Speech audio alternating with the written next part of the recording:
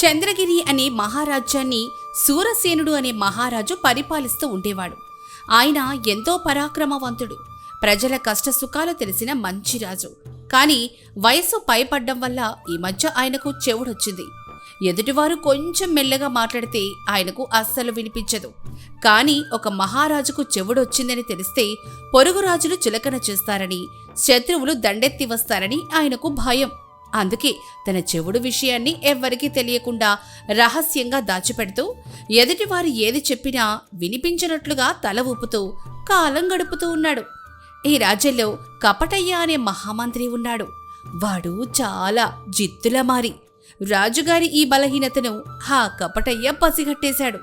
ఒకరోజు కోటలోని ఏకాంత మందిరంలో మహారాజు కూర్చుని ఉండగా మంత్రి కపటయ్య నెమ్మదిగా అక్కడికొస్తాడు. మహారాజా, ఈరోజు పక్క గ్రామం నుండి పన్నుల రూపంలో 5,000 బంగారు నాణాలు వచ్చాయి. అవన్నీ ఖజానాలో జమ చేయమంటారా, లేక నా సొంత ఇంటికి తీసుకువెళ్లమంటారా? నిన్ననే ఒక పేదవాడు వచ్చి సహాయం అడిగితే వాడిని గింటించేసి ఆ డబ్బు కూడా నేనే తీసుకున్నాను. దానికి కూడా మీ అనుమతి ఉందా ప్రభు? సరే సరే మంత్రివర్య, అలాగే చెయ్యండి. అంతా మీ ఇష్టం. మీరు చాలా నమ్మకస్తులు. ఆ బాధ్యత మీకే అప్పగిస్తున్నాను. మహారాజు గారి చెవుడు నాకు పాలిట వరంగా మారింది. నేను గొంతెత్తి అరిస్తే తప్ప ఆయనకు వినపడదు. ఇలా గుసగుసగా మాట్లాడుతూ రోజూ ఖజానా అంతా నా ఇంటికి తరలించుకుంటాను. ఎవరికైనా అనుమానం వచ్చినా రాజుగారి అనుమతి తీసుకునే చేస్తున్నానని బుకాయించవచ్చు. నా పంట పండింది. ఈ రాజుగాడికి నేను ఏదడిగినా తల ఊపడం అలవాటైపోయింది. ఇలా మంత్రి కపటయ్య రాజుగారి చెవుడును ఆసరాగా తీసుకుని రాజ్య సంపదను గుట్టుచప్పుడు కాకుండా దోచుకుంటూ ఉంటాడు. ఇదిలా ఉండగా ఆ రాజ్య శివారులో ఉన్న ఒక చిన్న పల్లెటూరులో మల్లయ్య అనే ఒక పేద రైతు ఉంటాడు. అతనికి సీతమ్మ అనే భార్య ఉంటుంది. వాళ్ళింటి పక్కనే సూరమ్మ అనే ఒక వృద్ధురాలు ఉంటుంది. ఆ ముసలమ్మకు వయసు పైబడ్డం వల్ల చెవులు కొంచెం మందగించాయి. అందుకే తను మాట్లాడేటప్పుడు ఎదుటి వాళ్లకు వినబడదేమో అన్న భయంతో చాలా గట్టిగా అరుస్తున్నట్లుగా మాట్లాడుతుంది. ఒకరోజు ఉదయం మల్లయ్య తన పొలంలో ఎండను సైతం లెక్క చేయకుండా చెమటోడ్చి దున్నుతూ ఉంటాడు. మధ్యాహ్నం సమయానికి అతని భార్య సీతమ్మ చద్దన్నం తీసుకుని పొలానికి వస్తుంది. ఏవండి మల్లయ్య గారు, ఇక చాలండి. ఆ ఎద్దుల పాపం ఎండ కల్లాడిపోతున్నాయి. కాసేపు చెట్టు కింద కూర్చొని ఈ గంజినీళ్ళు తాగి ఆయాసం తీర్చుకోండి. ఈ రాతి నెలలో ఎంత దున్నినా వచ్చేది పిడికడ గింజలే కదా. మన కష్టాలు తీరే దారి ఎప్పటికీ కనిపిస్తుందో ఏమో. ఆ దేవుడు దయ ఉంటే అన్నీ వాటంతట అవే వస్తాయి సీతమ్మ. మనం మన ధర్మం వదలకుండా కష్టపడాలి అంతే. నిరాశపడకు. సరే, ఇంకొక్కసారి దున్ని వస్తాను ఉండు. మల్లయ్య మళ్లీ నాగలి పట్టి దున్నుతూ ఉండగా అకస్మాత్తుగా అతని నాగలికి భూమిలో ఏదో గట్టిగా తగులుతుంది. అరే, ఈ భూమిలో ఏదో పెద్ద రాయి తగిలినట్టు ఉంది. నాగలి ముందుకు సాగటం లేదు. ఎంత గట్టిగా లాగినా కదలడం లేదు. ఏంటో ఒకసారి తవ్వి చూద్దాం. మల్లయ్య చేతితో మట్టిని పక్కకి తొలగించి చూసేసరికి అక్కడ మట్టిలో కూరుకుపోయి ఉన్న ఒక పెద్ద ఇత్తడి పెట్టె కనిపిస్తుంది. అది ఎంతో బరువుగా ఉంటుంది. మల్లయ్య ఆశ్చర్యంతో ఆ పెట్టెను పట్టుకొని పైకి లాగడానికి విశ్వప్రయత్నం చేస్తాడు. అతి కష్టం మీద ఆ పెట్టెను బయటకు తీసి గబగబా తన గుడిసెకు తీసుకెళ్తాడు. గుడిసెలో వంట చేసుకుంటున్న భార్య సీతమ్మ ఆ పెట్టెను చూసి ఆశ్చర్యపోతుంది. ఏవండి, ఏంటా పెట్టె? ఎక్కడి నుంచి తెచ్చారు? చూస్తుంటే ఏదో రాజుల కాలం నాటి నిధిలాగా మెరిసిపోతుంది. మనమేమైనా కలకంటున్నావా ఏంటి? మెల్లగా మాట్లాడే సీతమ్మ. పక్కింటి ముసలమ్మ సూరమ్మకు వినపడితే ఊరంతా దండోరా వేస్తుంది. పొలం దున్నుతుంటే భూమిలో దొరికింది. తీసి చూద్దాం రా, లోపల ఏముందో. మల్లయ్య ఒక పెద్ద రాయితో ఆ పెట్టె తాళం బద్దలు కొడతాడు. పెట్టె తెరిచి చూడగానే ఇద్దరి కళ్ళు బయలు కమ్ముతాయి. ఆ పెట్టె నిండా స్వచ్ఛమైన బంగారు నాణేలు, వజ్రాల ఆభరణాలు ఉంటాయి. ఆ కాంతికి ఆ పూరి గుడిసె అంతా వెలిగిపోతుంది. దేవుడా, నా పూజలు ఫలించాయి. మన కష్టాలన్నీ తీరిపోయాయి. మన అదృష్టం పండింది. ఈ ఊళ్ళో ఇక మనమే అత్యంత ధనవంతులం.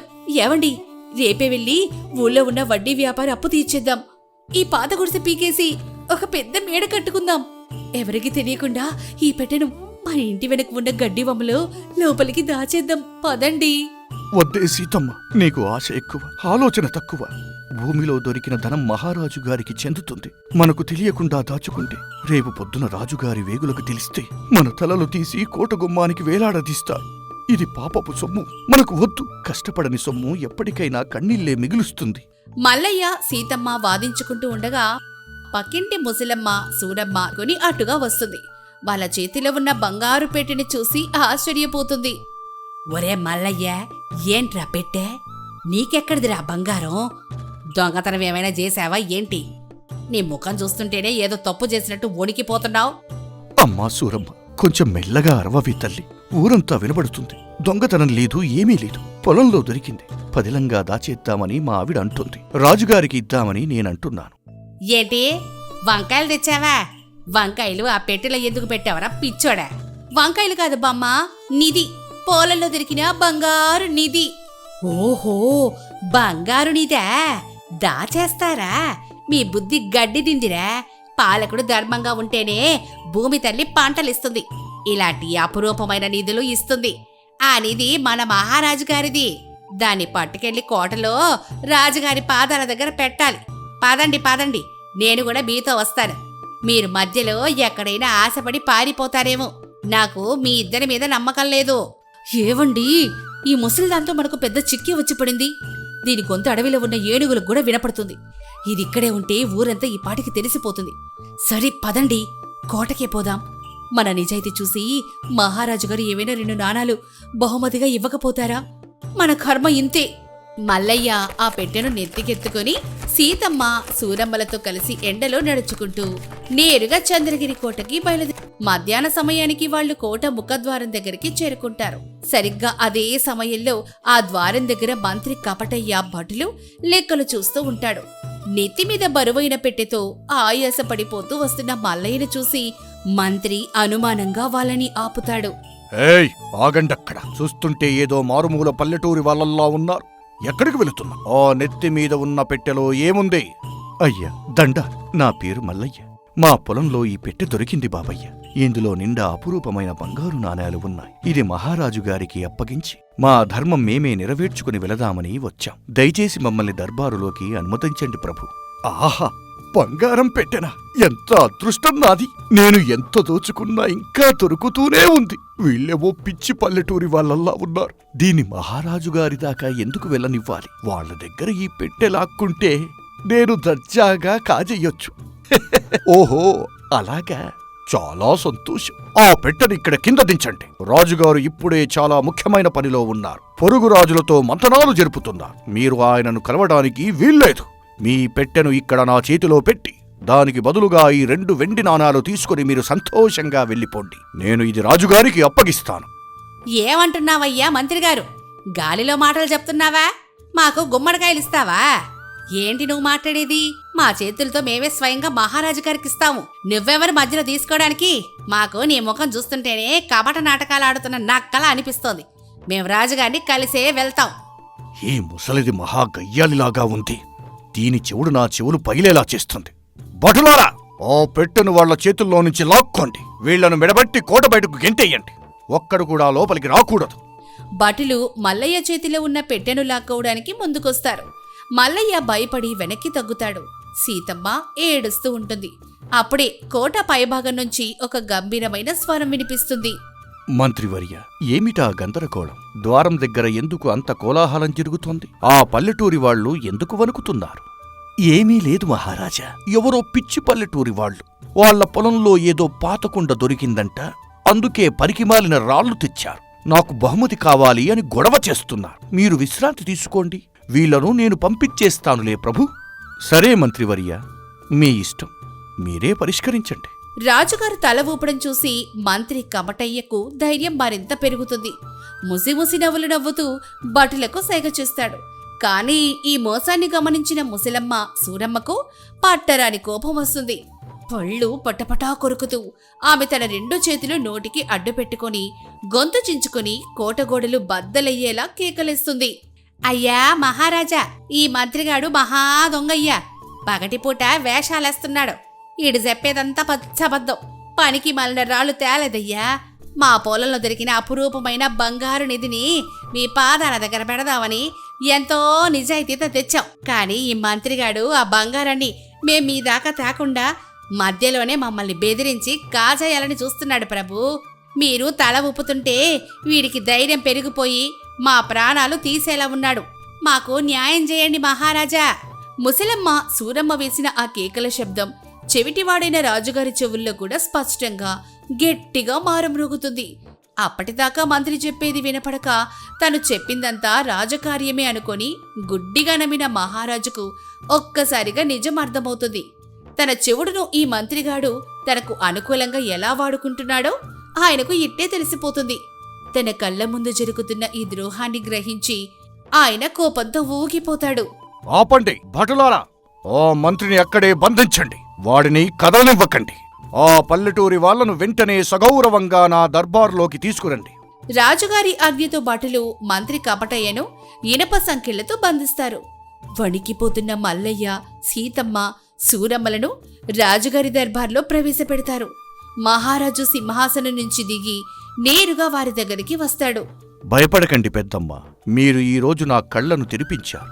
నా మౌనాన్ని, నా బలహీనతను ఆసరాగా తీసుకుని నా రాజ్యంలోనే పగటి దోపిడీ జరుగుతుందని నేను గ్రహించలేకపోయాను. ద్రోహి కపటయ్య, నాకున్న ఒక చిన్న బలహీనతను, నా చెవుడును ఆసరాగా తీసుకుని నన్నే మోసం చెయ్యాలని చూస్తావా? పేదవాళ్లు తమ ప్రాణాలను పరంగా పెట్టి నిజాయితీగా తెచ్చిన రాజసంపదను నువ్వు కాజేయాలని చూశావా? ఎంత ధైర్యం నీకు? నన్ను క్షమించండి మహారాజా, నా బుద్ధి గడ్డి తినింది. మీ చెవుడును అలసుగా తీసుకుని ఇన్నాళ్ళు గుసగుసగా మాట్లాడుతూ మీ అనుమతితోనే ఖజానా అంతా కాజేశాను. ఈ రోజు కూడా ఆ ధైర్యంతోనే ఈ బంగారాన్ని కాజేద్దామనుకున్నాను మహారాజా. ఈ ముసలిదాని అరుపులు మీకు వినపడతాయి అనుకోలేదు. నాకు ప్రాణభిక్ష పెట్టండి ప్రభు. రాజుకు ఒక అవయవం లోపించిన ఆయన బుద్ధి ఎప్పటికీ పదునుగానే ఉంటుంది కపటయ్య. అధికారం ఉందన్న అహంకారంతో పల్లెటూరి వాళ్లను తక్కువగా అంచనా వేశావు. కానీ వాళ్ల గొంతులోని నిజాయితీకి ఉన్న బలం ముందు నీ కపట నాటకాలు పటాపంచలు అయిపోయాయి. ఈ రోజు ఒక పేద రైతు నిజాయితీ గెలిచింది. భటులారా, ఈ రాజద్రోహి ఆస్తులన్నీ జప్తు చేసి రాజ్య ఖజానాలో కలపండి. వీడిని మన రాజ్యం పొలిమేరలు దాటించి శాశ్వతంగా దేశ బహిష్కరణ చెయ్యండి. వీడు మన రాజ్యంలో ఒక్క క్షణం కూడా ఉండడానికి వీల్లేదు. తీసుకువెళ్ళండి. భటులు కపటయ్యను ఈడ్చుకుంటూ బయటకు తీసుకెళ్తారు. సభలో ఉన్న అధికారులు రాజుగారి న్యాయానికి జయ జయధ్వానాలు చేస్తారు. ఆ తర్వాత మహారాజు ముసలమ్మ వైపు నవ్వుతూ చూస్తాడు. పెద్దమ్మ, ఈ రోజు నీ బిగ్గరైన గొంతు వల్ల, నీ ధైర్యం వల్ల నా రాజ్యానికి పట్టిన ఒక పెద్ద దరిద్రం వదిలిపోయింది. ఒక నమ్మక ద్రోహి గుట్టు బయటపడింది. చల్లగా ఉండు మహారాజా. ఆ మల్లయ్యగాడు నా మాట వినకుండా ఉంటే ఈ పాటికి ఆ దొంగ మంత్రి ఆ బంగారాన్ని మింగేసేవాడు. మా ప్రాణాలు గాలో గలిసేవి. అంతా దేవుడి దయ. అవును పెద్దమ్మ. మల్లయ్య, మీ నిజాయితీకి నేను చాలా సంతోషించాను. పేదరికంలో ఉండి కూడా రాజధర్మాన్ని పాటించిన నీ గుణం గొప్పది. పొలంలో దొరికిన పెట్టెలోని బంగారంలో సగం మీ ముగ్గురికి బహుమతిగా ఇస్తున్నాను. మిగతా సగం రాజ్య అవసరాలకు వాడుకుంటాను. దానికి తోడు మీ పల్లెటూరికి ఒక పెద్ద చెరువును, గుడిని కట్టిస్తాను. మీ సలని సూపు మహారాజా. ఇక మా జీవితంలో కరువు అనేది ఉండదు. కష్టపడని సొమ్ము వద్దన్న నా భర్త మాట ఈరోజు అక్షరాల నిజమైంది. మా ప్రాణాలు కాపాడారు ప్రభు. మీ ధర్మం ఎప్పటికీ వర్ధిల్లుతుంది. మల్లయ్య, సీతమ్మ, ముసలమ్మ, సూరమ్మలు రాజుగారిచ్చిన బహుమతులతో ఎంతో సంతోషంగా తమ ఊరికి తిరిగెళ్తారు. మహారాజు సూరసేనుడు అప్పట్నుంచి తన చెవుడు విషయాన్ని దాచకుండా ఏది చెప్పినా స్పష్టంగా గట్టిగా చెప్పాలని సభలో అందరికీ ఆజ్ఞాపిస్తాడు. రాజ్యం సుభిక్షంగా ఉంటుంది. మనం చేసే మోసం ఎప్పటికైనా ఏదో ఒక రూపంలో బట్టబయలు కాక మానదు. నిజాయితీగా ధైర్యంగా నిలబడే సామాన్యుల ముందు ఎంతటి అధికారమైనా తలవంచాల్సిందే. ఎదుటివారి బలహీనతను ఆసరాగా చేసుకుని మోసం చేయాలనుకునే వారికి ఖచ్చితంగా శిక్ష పడుతుంది. మరి ప్రేక్షకులారా, ఈ కథలో మీకు ఏ సన్నివేశం బాగా నచ్చింది? ముసలమ్మ సూరమ్మ గట్టిగా అరిచి రాజుగారికి నిజం చెప్పడమా, లేక మంత్రి గుట్టు రట్టై భయపడిపోవడమా? కింద మీ అభిప్రాయాన్ని పంచుకోండి. ఇలాంటి మరెన్నో అద్భుతమైన జానపద కథల కోసం మన కథలను చూస్తూ ఉండండి. దండాలు. సువర్ణగిరి అనే మహారాజ్యాన్ని విక్రమసింహుడు అనే మహారాజు పరిపాలిస్తూ ఉండేవాడు. ఆయన చాలా బుద్ధిమంతుడు. కత్తి కంటే బుద్ధిబలం గొప్పదని నమ్మేవాడు. ఆ రాజ్యంలో ధర్మపాలుడు అనే మంత్రి, వీరభద్రుడు అనే సేనాధిపతి ఉండేవారు. విక్రమసింహుడి భార్య రాణి సుమతి కూడా చాలా తెలివైంది. ఒకరోజు ఉదయం దర్బార్ కొలువుదీరి ఉండగా పొరుగు రాజ్యం నుంచి వచ్చిన రామయ్య అనే వజ్రాల వ్యాపారి ఏడుస్తూ మహారాజు పాదాల మీద పడతాడు. దొంగలు పడ్డారు మహారాజా, నా కొంప మునిగింది. మీ పుట్టినరోజు సందర్భంగా మీకు కానుకగా ఇద్దామని నేను ఎన్నో ఏళ్లుగా దాచిపెట్టిన నవరత్నాల హారం తీసుకువచ్చాను. నిన్న రాత్రి మీరు బస చేయటానికి ఇచ్చిన అతిథి గృహంలోనే పడుకున్నాను. కాని తెల్లవారేసరికి నా పెట్ట పగలుగొట్టి ఉంది. ఆ అద్భుతమైన హారం మాయమైంది ప్రభు. నాకు న్యాయం చెయ్యండి. ఏమంటున్నావు రామయ్య? కోట ఆవరణలో ఉన్న అత్యంత సురక్షితమైన అతిథి గృహంలో దొంగతనం జరిగింది. అసాధ్యం. వీరభద్ర, ఆ అతిథి గృహం చుట్టూ 20 మంది కరుడుగట్టిన సైనికులు పగలు రాత్రి పహారా కాస్తూ ఉంటారు కదా. మరి ఆ హారం ఎలా మాయమయ్యింది? ఒక చీమ కుట్టినా మీకు తెలియాలి కదా. క్షమించండి మహారాజా, నా సైనికులు ఎంతో జాగ్రత్తగా కాపలా కాస్తూ ఉన్నారు. ఆ గదిలోకి ఎవ్వరూ వెళ్ళలేదు, ఎవరూ రాలేదు. ఈ వ్యాపారి చెబుతున్నది అబద్ధమై ఉంటుంది. బహుశా ఆ హారాన్ని ఈయన ఎక్కడో దాచేసి మీ దగ్గర సానుభూతి పొందడానికి ఇలా నాటకమాడుతున్నాడేమో ప్రభు. అయ్యో లేదు మహారాజా, మీ మీద ఒట్టు, నేను ఎలాంటి అబద్ధం ఆడటం లేదు ప్రభు. ఆ హారం విలువ 1,00,000 బంగారు నాణేలు. దయచేసి నన్ను నమ్మండి దొర. మహారాజా, రామయ్య గారు చాలా ఏళ్లుగా మనకు పరిచయం ఉన్న నిజాయితీపరుడు. ఆయన అబద్ధం చెప్పే అవకాశమే లేదు. ఆ గదిలోకి బయటి వ్యక్తులు ఎవ్వరూ వెళ్ళలేదంటే ఖచ్చితంగా ఆ కాపలా కాస్తున్న భటుల్లోనే ఎవరో ఒకరు ఈ ఘాతుకానికి పాల్పడి ఉంటారు. మంత్రివర్య, మీ తర్కం సరైనది. ఆ అతిథి గృహం దగ్గర నిన్న రాత్రి ముఖ్య కాపలాదారులుగా ఉన్నది ఎవరు? వాడిని వెంటనే నా ముందు ప్రవేశపెట్టండి. చిత్తం మహారాజా. రే భీముడు, ముందుకురా. సభ వెనక నిలబడి ఉన్న భీముడు అనే అమాయకపు కాపలా భటుడు భయంతో వణికిపోతూ రాజుగారి ముందుకి వస్తాడు. వాడి ముఖంలో కంగారు స్పష్టంగా కనిపిస్తుంది. దండాలు మహారాజా, నాకే పాపం తెలియదు ప్రభు. నేను కంటి మీద కునుకు లేకుండా కాపలా కాశాను. భీముడు, భయపడకుండా నిజం చెప్పు. రాత్రి ఏం జరిగింది? గదిలోనికి ఎవరైనా వెళ్లడం కాని, అనుమానాస్పదంగా ఏమైనా శబ్దాలు కాని విన్నావా? గదిలోకి ఎవ్వరూ వెళ్ళలేదు మహారాజా. కాని అర్ధరాత్రి సమయంలో గుడ్లగూబారిచినట్లుగా ఒక వింత శబ్దమైతే వచ్చింది. ఆ వెంటనే నాకు బాగా దాహం వేసింది. పక్కనే ఉన్న బావి దగ్గరికి వెళ్లి నీళ్లు తాగి వచ్చేసరికి కేవలం 5 నిమిషాలు మాత్రమే పట్టింది. ఆ సమయంలోనే దొంగతనం జరిగిందేమో అని నా అనుమానం మహారాజా. అబద్ధాలు ఆడుతున్నావా విధవ? నువ్వే ఆ వజ్రాల హారం కాజేసి ఇప్పుడు నీళ్లు తాగాను, గుడ్లగూబ అరిచింది అని కట్టుకథలు చెబుతున్నావు. మహారాజా, వీడిని వెంటనే బంధించి చెరసాలలో పడేస్తాను. వీడి వీపు విమానం మూత మోగిస్తే నిజం వాడే కక్కుతాడు. ఆగు వీరభద్ర, కత్తితో బలాన్ని చూపించడం సులభం, కానీ బుద్ధితో నిజాన్ని రాబట్టడం ఒక రాజు లక్షణం. దొంగ ఎవరో తేలకుండా ఎవరిని బంధించడానికి వీల్లేదు. ఈ విషయం నేను స్వయంగా విచారిస్తాను. ఇక సభ ముగిసింది. మహారాజు విక్రమసింహుడు దర్బారు ముగించి నేరుగా రాణి సుమతి ఉన్న ఏకాంత మందిరానికి వెళ్తాడు. రాణి సుమతి పూలమాల అల్లుతూ రాజుగారి ముఖంలో ఉన్న ఆలోచనలను గమనిస్తుంది. ఏంటి మహారాజా, ఈరోజు దర్బార్లో ఏదైనా పెద్ద సమస్య వచ్చిందా? మీ ముఖం చూస్తుంటే ఏదో దీర్ఘాలోచనలో ఉన్నట్లు అనిపిస్తోంది. అవును సుమతి, వ్యాపారి రామయ్య తెచ్చిన అపురూపమైన వజ్రాల హారం రాత్రికి రాత్రి అతిథి గృహంలో మాయమయ్యింది. బయటి వాళ్లు ఎవరూ రాలేదని భటుడు చెబుతున్నాడు.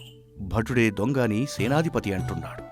మహారాజా, 5 నిమిషాల్లో పెట్టె పగలగొట్టి హారం దొంగలించడం సామాన్యుల వల్లైతే కాదు. ఆ గుడ్లగూబ శబ్దం అనేది ఖచ్చితంగా దొంగలు మాట్లాడుకుని రహస్య సంకేతం అయి ఉంటుంది.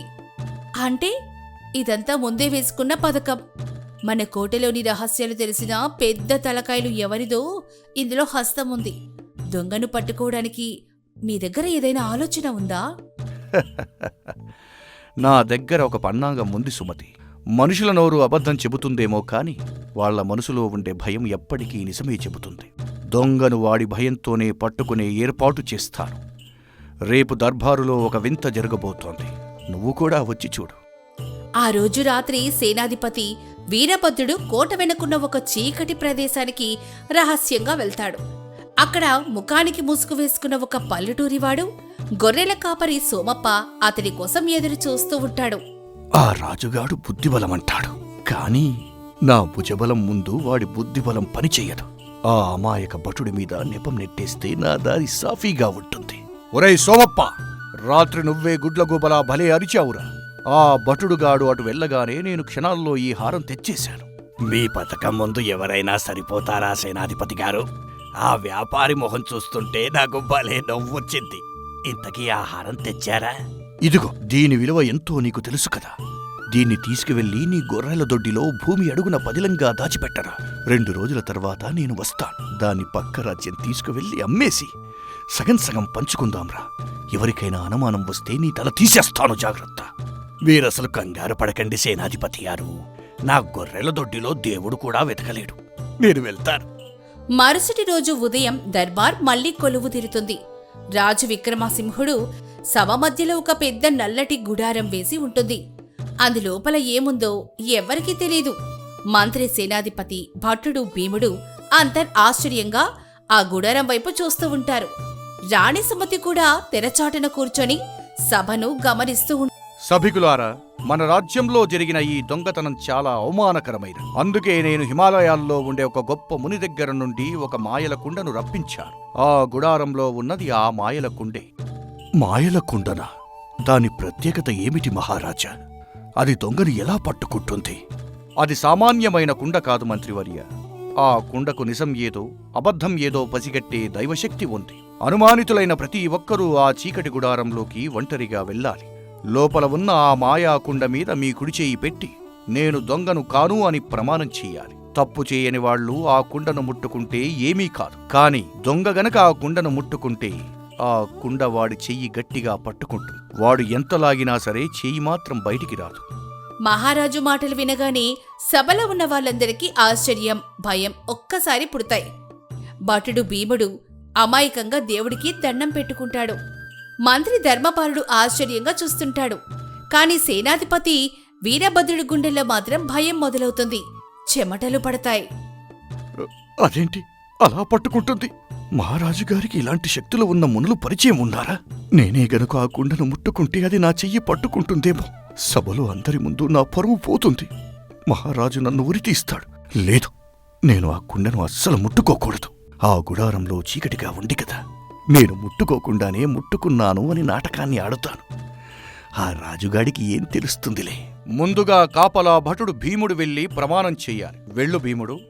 భీముడు భయంగా ఆ చీకటి గుడారంలోకి వెళ్తాడు. కాసేపటికి బయటకొస్తాడు. అతని ముఖంలో భయం లేదు, ప్రశాంతంగా ఉంటాడు. ఆ తర్వాత మంత్రి ధర్మపాలుడు వెళ్తాడు. ఆయన కూడా ప్రమాణం చేసి బయటకొస్తాడు. ఇప్పుడు సేనాధిపతి వీరభద్రుడి వంతు వస్తుంది. వీరభద్ర, ఇప్పుడు నీ వంతు. వెళ్ళి ఆ మాయల కుండ మీద చెయ్యి పెట్టి ప్రమాణం చెయ్యి. వీరభద్రుడు పైకి గంభీరంగా నటిస్తూనే లోపల వడికిపోతూ గుడారంలోకి వెళ్తాడు. లోపల కటిక చీకటిగా ఉంటుంది. మధ్యలో ఒక కుండ కనిపిస్తూ ఉంటుంది. అమ్మో, ఆ కుండను చూస్తుంటే ఏదో వింత శక్తి ఉన్నట్టు ఉంది. నేను దీని దరిదాపుల్లోకి కూడా వెళ్ళను. కాసేపు ఇక్కడే నిలబడి బయటికి వెళ్ళిపోతాను. అప్పుడు ఆ రాజుగాడు నన్ను ఏమీ చెయ్యలేడు. వీరభద్రుడు కుండకు కొంచెం దూరంగా నిలబడి ఏమీ ముట్టుకోకుండానే బయటకు దర్జాగా వస్తాడు. మహారాజా, నేను ప్రమాణం చేశాను. కుండ నా చెయ్యి పట్టుకోలేదు. చూశారా, నా నిజాయితీ నిరూపణ అయ్యింది. ఖచ్చితంగా ఆ భటుడుగాడే దొంగ. అలాగా వీరభద్ర, చాలా సంతోషం. సరే, ఇప్పుడు గుడారంలోకి వెళ్లిన మీ ముగ్గురు మీ కుడి చేతులను సభవైపు తిప్పి పైకెత్తండి. ముగ్గురు తమ కుడి చేతులు పైకెత్తుతారు. సభలో ఉన్న వారంతా ఆశ్చర్యపోతారు. భీముడి చేతికి, మంత్రి ధర్మపాలుడి చేతికి నల్లటి మసి అంటుకుని ఉంటుంది. కాని సేనాధిపతి వీరభద్రుడి చెయ్యి మాత్రం ఎలాంటి మసి లేకుండా చాలా శుభ్రంగా ఉంటుంది. వీరభద్రుడికి ఏమీ అర్థం కాదు. ఇదేంటి మహారాజా, వాళ్ళ చేతులకు మసి ఎందుకు అంటుకుంది? నా చెయ్యి ఎందుకు శుభ్రంగా ఉంది? ఎందుకంటే వీరభద్ర, ఆ గుడారంలో ఉన్నది అద్భుత శక్తులు ఉన్న మాయల కుండ కాదు. అది వంటగదిలో వాడే ఒక మామూలు పాత మట్టి కుండ. కాకపోతే ఆ కుండ చుట్టూ నేను దట్టంగా నల్లటి మసి పూయించాను. తప్పు చేయని భీముడు, మంత్రి ధర్మపాలుడు భయం లేకుండా నిజాయితీగా ఆ కుండ మీద చెయ్యి పెట్టి ప్రమాణం చేశారు. అందుకే వాళ్ల చేతులకు మసి అంటుకుంది. కానీ నువ్వు దొంగవు కాబట్టి ఆ కుండ ఎక్కడ నీ చెయ్యి పట్టుకుంటుందో అన్న భయంతో దాన్ని ముట్టుకోకుండానే నాటకమాడావు. మనుషుల నోరు అబద్ధం చెబుతుందేమో కాని వాళ్ళ భయం ఎప్పటికీ నిజమే చెబుతుంది. దొంగవు నువ్వే. భటులారా, వీడిని బంధించండి. రాజుగారి తెలివితేటలకు సభలో ఉన్న వారంతా జయ జయధ్వానాలు చేస్తారు. రాణి సుమతి తెరచాటు నుంచి సంతోషంగా చూస్తుంది. భటులు వీరభద్రుని చుట్టుముడతారు. నమ్మక ద్రోహి, రాజ్యాన్ని కాపాడాల్సిన నువ్వే ఇలాంటి దొంగతనానికి పాల్పడతావా? అవును, దొంగను నేనే. అయితే ఏంటిప్పుడు? ఆ కుండ నాటకంతో నేను దొంగను అని నిరూపించావు. సరే, కానీ ఆ వజ్రాల హారం ఎక్కడ ఉందో నేను చెప్పే వరకు ఎవరికీ తెలియదు. భూమి బద్దలైనా నేను ఆ రహస్యం చెప్పను. ఆ హారం లేకుండా నా నేరం నిరూపించలేవు. దమ్ముంటే ఆ హారం ఎక్కడుందో కనుక్కో. వీరభద్ర, నా కుండనాటకం నిన్ను పట్టుకోవడానికి మాత్రమే కాదు, నీ అహంకారాన్ని దెబ్బతీయడానికి కూడా. ఆ హారం ఎక్కడుందో వెతికే పని నాకు లేదు. ఎందుకంటే ఆ హారం అప్పటికే నా దగ్గరకు వచ్చేసింది. సోమప్ప, లోపలికి రా. సభలోకి ముసుగు తీసేసిన పల్లెటూరి గొర్రెల కాపరి సోమప్ప వస్తాడు. అతని చేతిలో ఆ వజ్రాల హారం ఉంటుంది. సోమప్పను చూడగానే వీరభద్రుడి గుండె ఆగిపోయినంత పనవుతుంది. సోమప్ప, నువ్వు నా వానివి కదరా? నన్ను మోసం చేశావా? నేను మీ వాడిని కాదు సేనాధిపతి గారు. నేను మహారాజు గారి రహస్య గుడాచారిని. మీరు దొంగతనాలకు పాల్పడుతున్నారన్న అనుమానంతో మహారాజు గారే నన్ను ఈ పల్లెటూరి వేషంలో మీ ముఠాలోకి ప్రవేశపెట్టారు. మీరు నాకు ఇచ్చిన ఈ హారాన్ని నేను నేరుగా తీసుకువచ్చి రాత్రే రాణిగారికి అప్పగించాను. మీ ఆట కట్టింది. మహారాజా, మీ తెలివితేటలకు, మీ ధర్మానికి నా కృతజ్ఞతలు. నా ప్రాణం కాపాడారు. మీరు నిజంగా దేవుడు ప్రభు. చూశావా వీరభద్ర, అధికార గర్వంతో కళ్ళు మూసుకుపోతే పక్కనే ఉన్న శత్రువును కూడా మిత్రుడు అనుకుంటారు. నిన్ను చంపటం నాకు క్షణకాలం పని, కానీ నా రాజ్యంలో రక్తం పారడం నాకు అస్సలు ఇష్టం లేదు. భటులారా, ఈ ద్రోహి వీరభద్రుడి మీద ఉన్న రాజముద్రలు తొలగించండి. ఇతని ఆస్తులన్నీ జప్తు చేసి ఖజానాలో కలపండి. వీడిని మన రాజ్య పొలిమేరలు దాటించి శాశ్వతంగా దేశ బహిష్కరణ చేయండి. మళ్ళీ ఈ రాజ్యంలో అడుగు పెడితే ఉరిశిక్ష పడుతుందని అతనికి చెప్పండి. భటులు వీరభద్రుని అవమానకరంగా బయటకు లాక్కెళ్తారు. అమాయకుడైన భీముడికి రాజుగారు 1000 బంగారు నాణాలు బహుమతిగా ఇస్తారు. తెలివైన సోమప్పను కొత్త సేనాధిపతిగా ప్రకటిస్తారు. రాణి సుమతి సంతోషంగా దర్బార్లోకి వస్తుంది. మహారాజా, కత్తి బలం కంటే బుద్ధి బలం గొప్పదని మీరు మరోసారి నిరూపించారు. మీ పాలనలో ఈ రాజ్యం ఎప్పటికీ సురక్షితంగా ఉంటుంది. అబద్ధం చెప్పి ఎంత దూరం పారిపోయినా నిజమేదో ఒకరోజు వెనకాల వచ్చి పట్టుకుంటుంది. మనిషికి ఎంత శారీరక బలం, అధికారం ఉన్నా ఒక చిన్న తెలివితేటల ముందు అవన్నీ ఓడిపోవాల్సిందే. ధర్మం ఎప్పటికైనా జయించి తీరుతుంది. మరి ప్రేక్షకులారా, ఈ కథలో మీకు ఏ మలుపు బాగా నచ్చింది? రాజుగారు వేసిన మాయలకుండ పథకమా, లేక సోమప్ప గూఢాచారి అని తెలిసిన మలుపా? మీ అభిప్రాయాన్ని తప్పకుండా తెలియజేయండి. ఇలాంటి మరెన్నో అద్భుతమైన జానపద కథల కోసం మా కథలను ఆదరిస్తూ ఉండండి. దండ